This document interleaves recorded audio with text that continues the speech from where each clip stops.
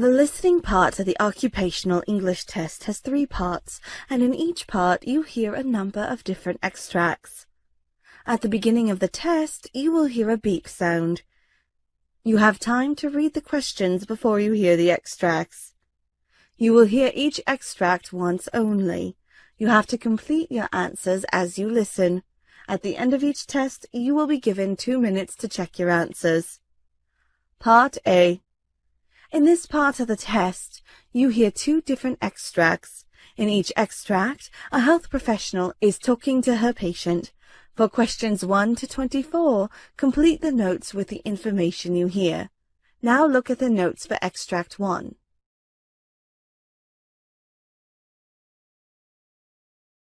Extract 1, questions 1 to 12. You now have 30 seconds to look at the notes.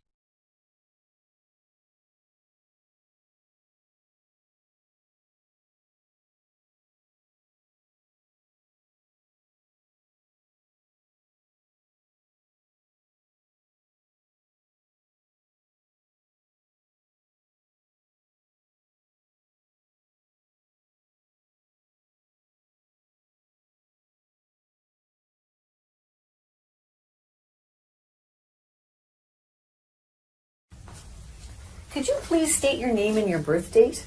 Why are you asking me this? Well, I just want to make sure that you are who I think you are. Well, that's a good idea. Ron Jones, December 15th, 1955. Okay, and this is really just a safety check just to make sure I've got the correct patient. And I do. My name is Sue, and I'm one of the nurses here. Pleased to meet you. Thank you. I'm going to just be asking you a few questions, a bit of a history, and I may be taking notes. It's just about that. So, what brings you to our clinic today? I've got a cough, but I've had a cough for a while now. This past week, it seems to be getting worse, and I'm coughing stuff up. Some stuff. Can you tell me about the stuff you're coughing up or the sputum you're bringing up? It seems yellowish, but maybe sometimes greenish looking. And how are you feeling generally overall? Well, I feel a bit tired all the time. Okay. Are you having any fever or chills? No. No? Are you on any medications? Yes, I had been taking some antibiotics. Okay. They didn't seem to do much, so I stopped taking them.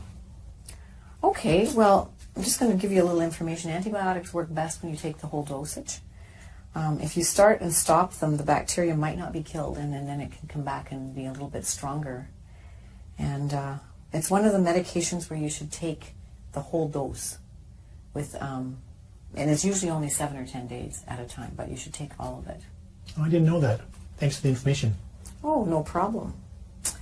Back to your cough. Are you a smoker? Yes, I smoked for a long time. Okay, can you tell me how many years of smoking that is? 2 packs a day, just about. And for how long? 35 years now. Have you ever thought about quitting? Yes, but it's really hard now. Yeah, I've heard that it is. I haven't experienced that, but I have some information on a smoker's helpline. Would you like to see that? Sure. What have I got to lose? Okay. Well, I'll give that to you before you leave. I know you've told me you don't have a fever, but I would like to take your blood pressure, pulse, your vital signs just before the doctor comes to see you. So is that okay with you? Sure. And then I'd like to listen to your chest as well. Okay. Okay, good. Well, I'll get that ready. First, I'm going to take your temperature.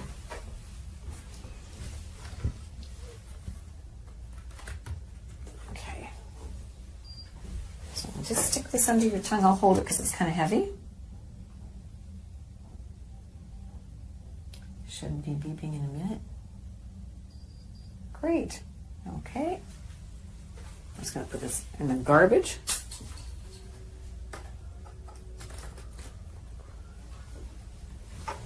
And I'm going to take your blood pressure. Now I need to climb up and grab this. You've had your blood pressure done before? Yes. Okay. So I need your arm. Just going to pull your...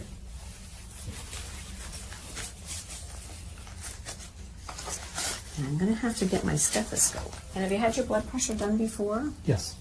Okay. Do you know what it is? No. No. Now I'll take your blood pressure.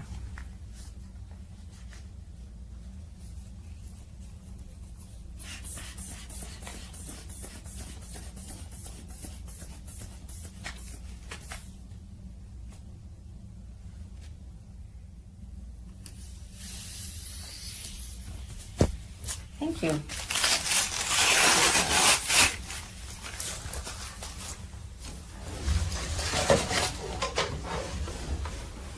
Now, lastly, I'll check your pulse. Excuse me.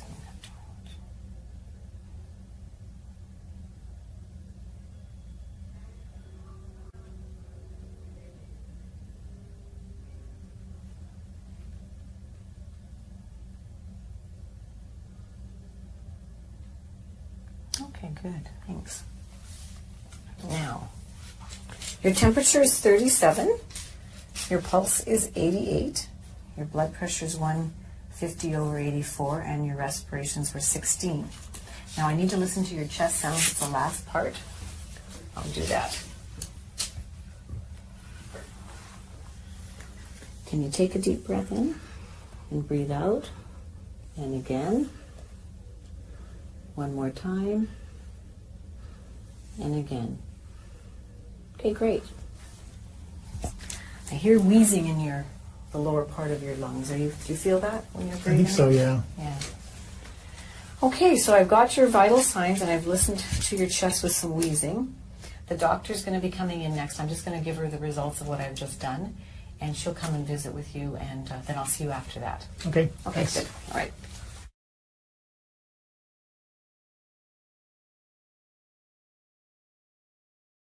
Okay, I'm back. The doctor has heard the very same things that I heard. She's told me she's going to give you some inhalers to use at home. Have you ever used an inhaler before? Yes, I have, but they even showed me how to use a spacer. Oh, that's great. The spacer is supposed to help get the drug down deep into your lungs where it can work where it's supposed to. And have you ever had 2 inhalers before? No, why? Well, they're 2 different drugs, and you need to know which one you should take first for the best medication usage for your body. So one of the inhalers opens the tubes in your respiratory lungs a little bit bigger, so it should be taken first. And then when you take the second drug, it goes a little bit deeper. It can go, the passageway is bigger, so it can go down into your lungs better, and it's an anti-inflammatory, so that drug is best to go second to get down to where the inflammation in your lungs is happening, causing you some problems. I had no idea that it would matter which one I took first. Yeah, you know what? Many people don't know that, so that's why I explained it, because if you understand, it makes so much more sense in how you should take them. I've learned a lot today, both about antibiotics and now inhalers. Yeah, good.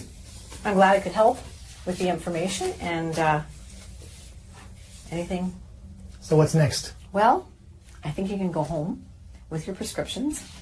The doctor wants you to come back in about 10 days and take another course of antibiotics, but the whole dose.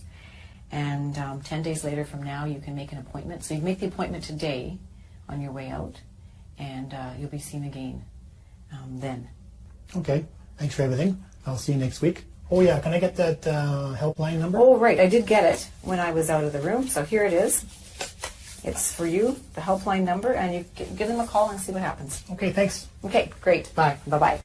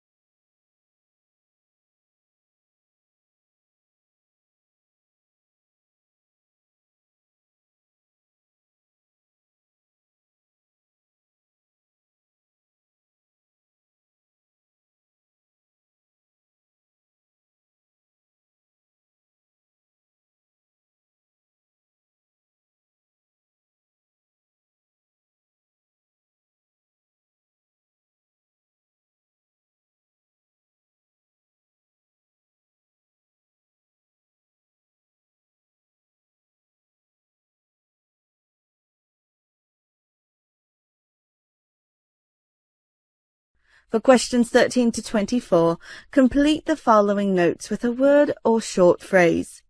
You now have 30 seconds to look at the notes.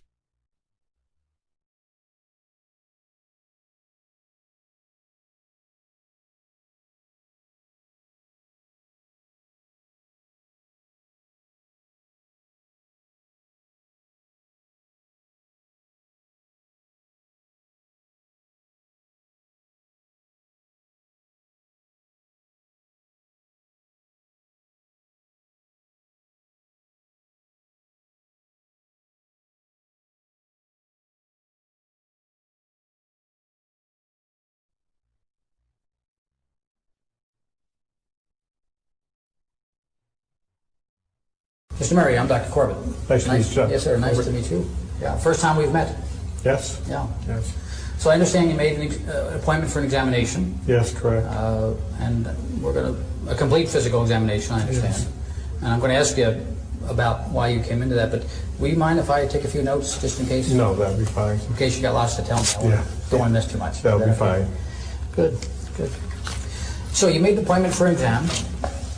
When's the last time you had a physical examination? Probably 2 years ago. 2 years ago. Yeah. Okay.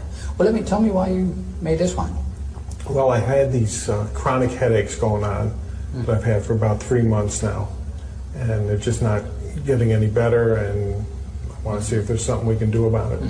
So when you say chronic, you're referring to the fact that they've just been steady for 3 months, or they've been longer than that?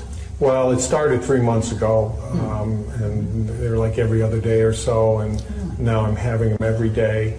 And So you have no days when you don't have a headache? I have a headache every day. But at the beginning, it didn't seem to be quite as noticeable then for you. No. Describe the headaches. Where are they, and what do they feel like? They start at the back of my head here, and they kind of come up around my temples, I guess you call it, and into the front of my head. Sometimes they're throbbing. Other times they're not quite as bad. Yeah. So it's both sides of your... Yes. It starts in the back and comes up the front. Correct. Do you have a headache all the time, or does it just come in episodes? Well, I have a headache all the time until I take something. I take Advil and Tylenol that seem to help it, and that eases it up. Is it ever gone?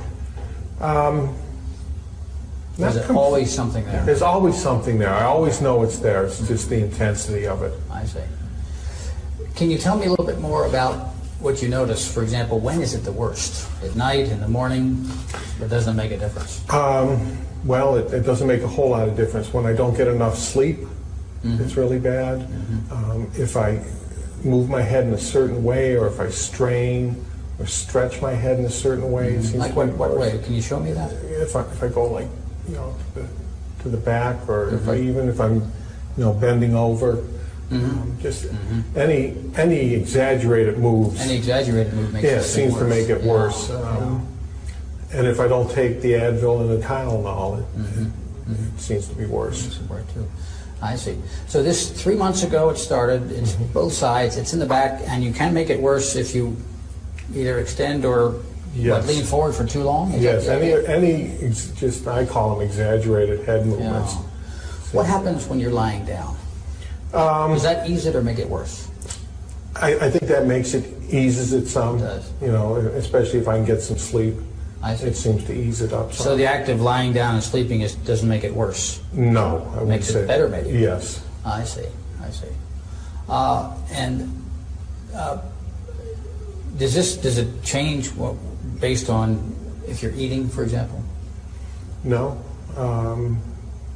Does eating make it worse or better? No, eating doesn't seem to So having a full stomach exasperate it. doesn't seem No. to bother it at all. You know?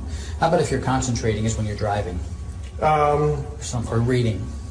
No, it doesn't make it worse, except when it's really bad. I have a hard time focusing. Okay, yeah, that's helpful. Yeah. Yeah.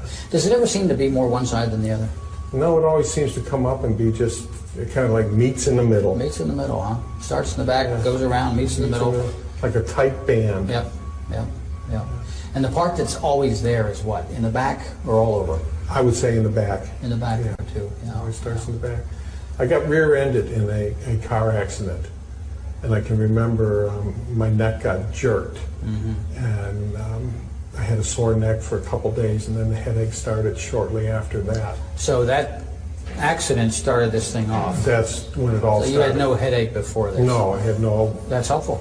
previous headaches. So tell me about that. How fast were you or they going? Well, it wasn't very fast. It was in a parking lot, and I was backing out, and somebody else was backing out the other way, and we met. And I just remember that jerk of my head, Gotcha. and having a stiff, sore neck. for So a couple both days. cars couldn't have been going more than start up. Yeah. Okay. 5 miles an hour or something like that.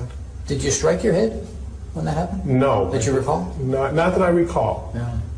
I just remember it kind of being, I guess they call it whiplash. Did you get out of the car right away? Then I sat there for a few minutes, and then I got out of the Did car. you? It startled me. Did you? Yeah. Then you said the headache started after that. How long after the actual accident did the headache start? 3 or 4 days after. So it wasn't right away. There was a Wasn't little right bit of away, a warm-up. yeah. There was a kind of an interval in there where you Yes. felt fine. I see. Did you think that you had hurt yourself? I didn't think I really had hurt myself. I didn't, I felt startled and, just kind of shaken, but I didn't feel like I was really injured. But then, okay. I didn't go to the hospital or anything like that. Yeah. Have you? And you said you take some things for it. What actually helps it? What do you? Tylenol and Advil. I take, I guess it's, How much do you take? I take a lot. I take 16 Advils, 4 tabs, 4 times a day, Wow. and I take, Self-prescribed? yes, 2 Tylenols 4 times a day. So I'm taking 8 Tylenol and 16. 24 pills a day. Wow. I take it you warmed up to that. That you weren't using it Right. at the beginning. I started out I with see. less and it wasn't working, so I just I kept see. adding to it, and it does give me some relief. It's a lot of medication. It doesn't, yeah, it seems like too much. That's one Does of that- the reasons I came to see you. Good for you. Yeah. Does that mean it just keeps getting worse? The headaches just kept getting worse in the severity of them, yes. Yeah. That's a lot of medication. Yes. Before you had this accident, did you use those medications much, if at all? No, very seldom. No, never had to take that kind of thing with No. any regularity at all? No. Okay, okay. I need to know, too, what else do you experience? Anything else? Does this make your body feel different or painful or uncomfortable in any way? It makes you feel stressed. I feel stressful with it. I can't sleep well. It's uncomfortable. Yeah. It's just kind of a nagging thing that's there all the time. Does it bother your shoulders, your arms? You feel anything down here? No, Strength, pretty good. tingling? No, not really. How about just being able to use your arms in normal motion? Yeah, That's not disturbed at all? No, that's fine. I see, That's I fine. see.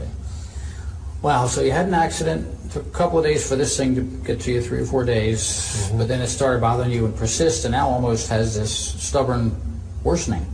Is that what I'm... Daily. Daily. What kind of work do you do?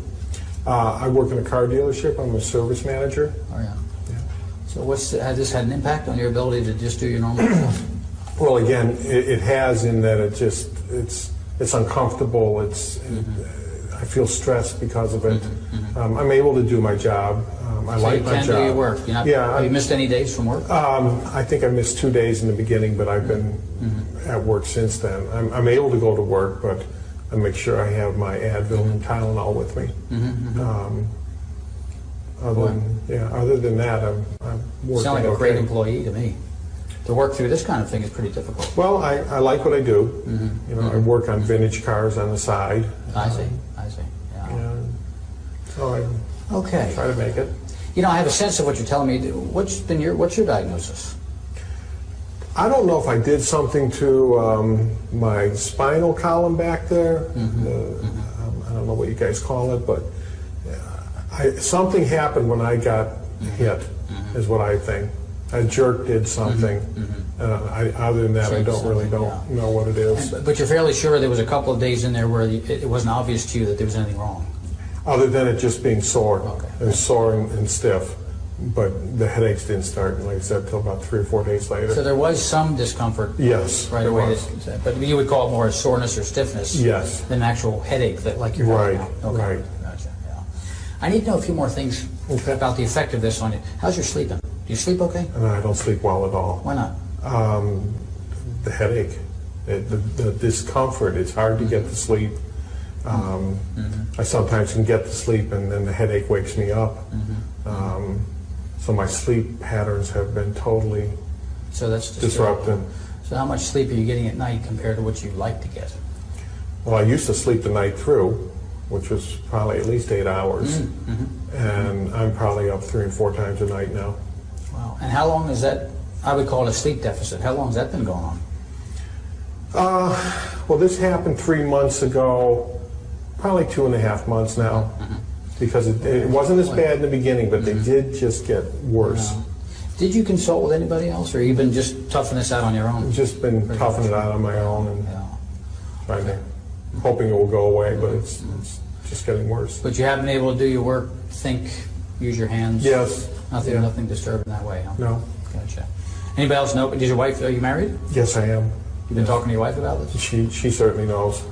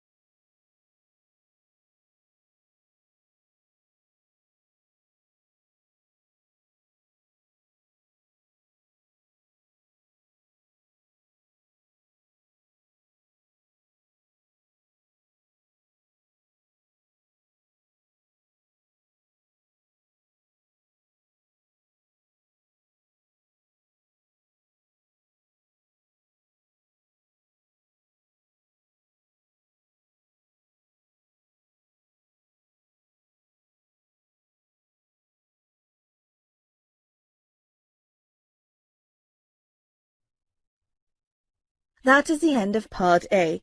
Now look at Part B.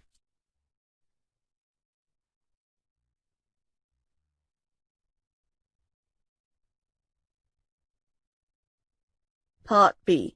In this part of the test, you will hear 6 different extracts. In each extract, you will hear people talking in a different healthcare environment. For questions 25 to 30, choose the answer A, B, or C, which fits best according to what you hear. You will have time to read each question before you listen to the audio. Complete the answers as you listen to the audio. Now look at question 25.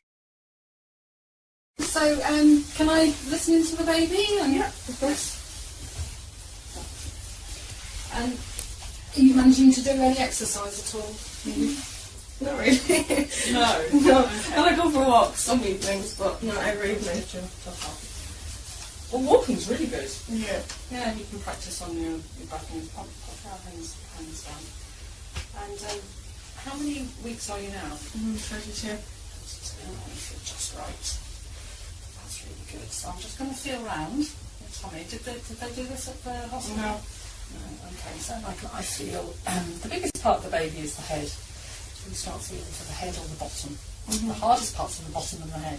Okay. And then with my hands doing this gently, the baby's being moved in the fluid. Yeah. And I can feel, just go soft.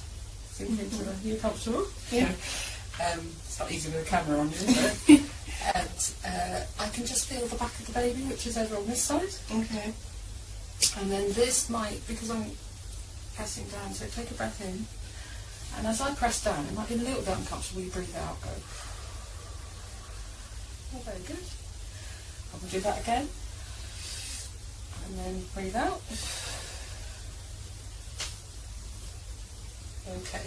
So the head's down. That's the bottom then we're feeling here. Okay. This bit here, because the widest part is down there. And there's plenty of space. Yeah.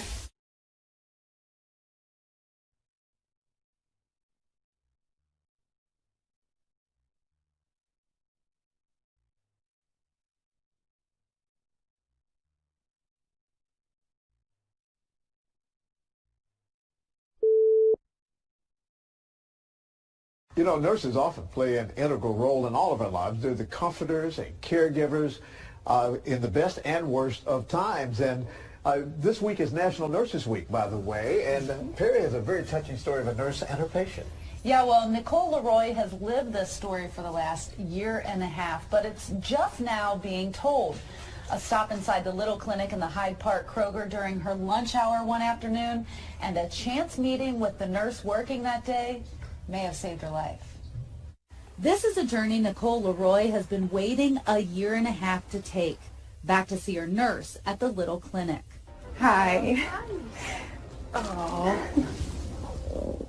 How are you? Good. I just want to thank you. Jessica Smith, a family nurse practitioner at the Little Clinic, listened to Nicole, something several doctors hadn't done. You researched, you looked in your book, you tried to figure out what it could be. And a month later, I found out that I had cancer. Cancer, stage 2 Hodgkin's lymphoma. I'm 36 years old. I'm in the best shape of my life. You don't think it could happen to you. A diagnosis a year in the making. I've been to a gynecologist, a dermatologist, primary care twice. And each one of them told me that I was either just virus clogs in my lymph nodes, or that I was self-inflicting, or that I had depression, I had anxiety. But Jessica thought it could be serious, so she encouraged Nicole to keep fighting. She looked me in the eye and she said, you need to go follow up further. You need to go see your doctor again. You need to push.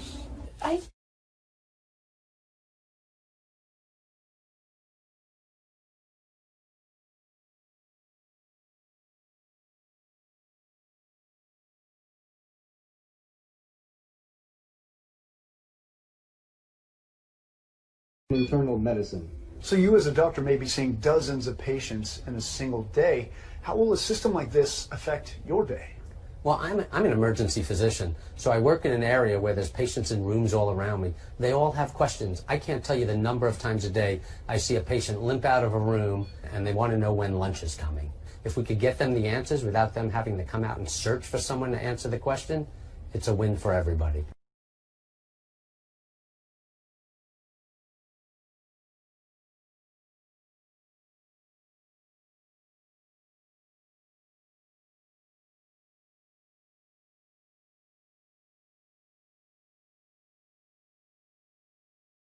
These devices are incredibly simple. There's just 2 buttons on it that you need to know about. The first one is the green one, which says on and off, and that's the first step. Stage 1, turn it on. Call emergency medical services now. It tells you exactly what to do. Remove all clothing from chest and stomach.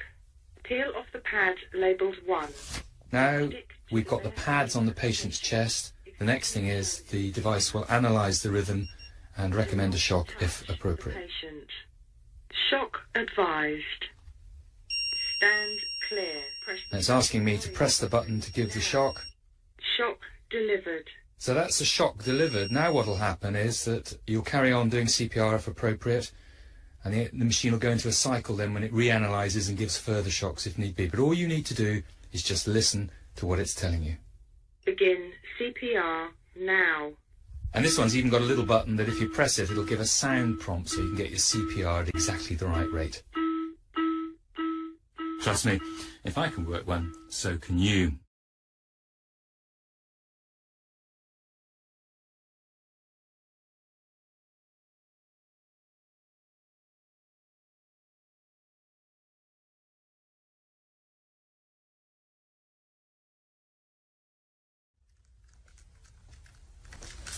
Excuse me, I'm a little chilly. Can I have that blanket, please? What? What do you mean? The blanket. I'm a little cold. Did we do surgery on your arms? Excuse me?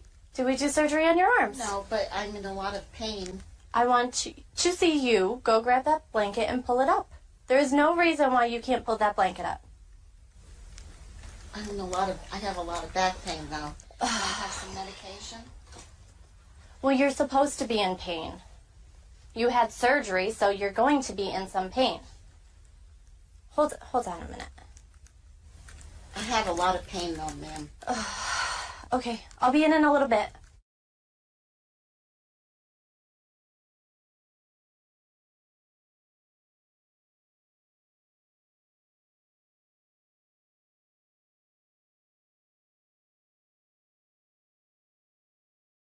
My name's Phil. I'm an instructor, and Holly's a student working with me.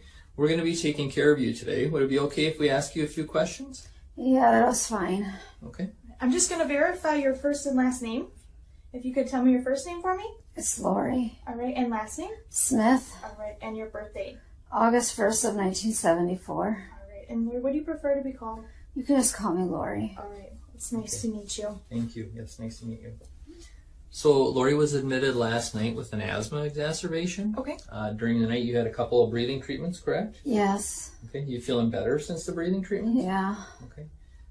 They also gave her some prednisone as well during the night. Okay. So the plan hopefully is to have you discharged later today if you continue to feel better. Okay. Do you have any questions for us so far? Am I getting any more treatments before I leave? So they have another treatment scheduled in about an hour for you. Okay. If things get worse before then, you can give us a call and we'll certainly be back in and we can reassess the situation then. Okay. Would you mind if we listen to your lungs at all? No, go ahead. That's fine. How's your breathing right now? It's better than it was. Okay. Any pain at all anywhere? No. Okay. I'm just going to go ahead and take a listen here. You could take some nice deep breaths for me, okay?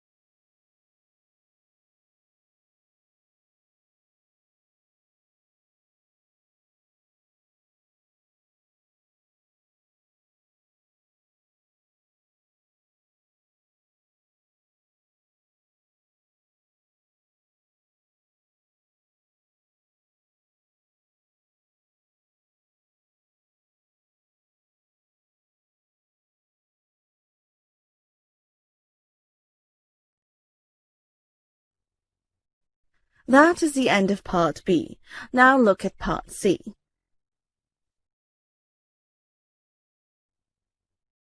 Part C. In this part of the test, you'll hear two different extracts. In each extract, you'll hear health professionals talking about specific aspects of their work. For questions 31 to 42, choose the answer A, B, or C, which fits best according to what you hear. Complete the answers as you listen to the audio. Now look at Extract 1.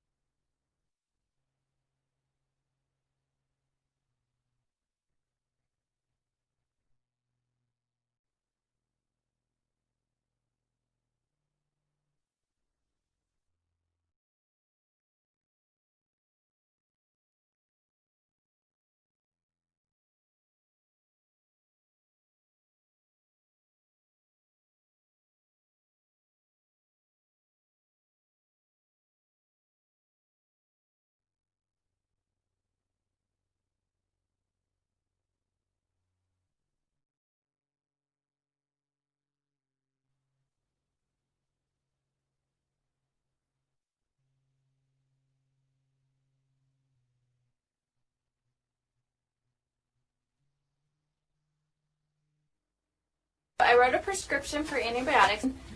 I did want to talk to you, though. I'm a little bit concerned looking through his chart at how many ear infections he's had recently, and I noticed that you had checked the box that someone's smoking in the home, so I was wondering if you can tell me a little more about that.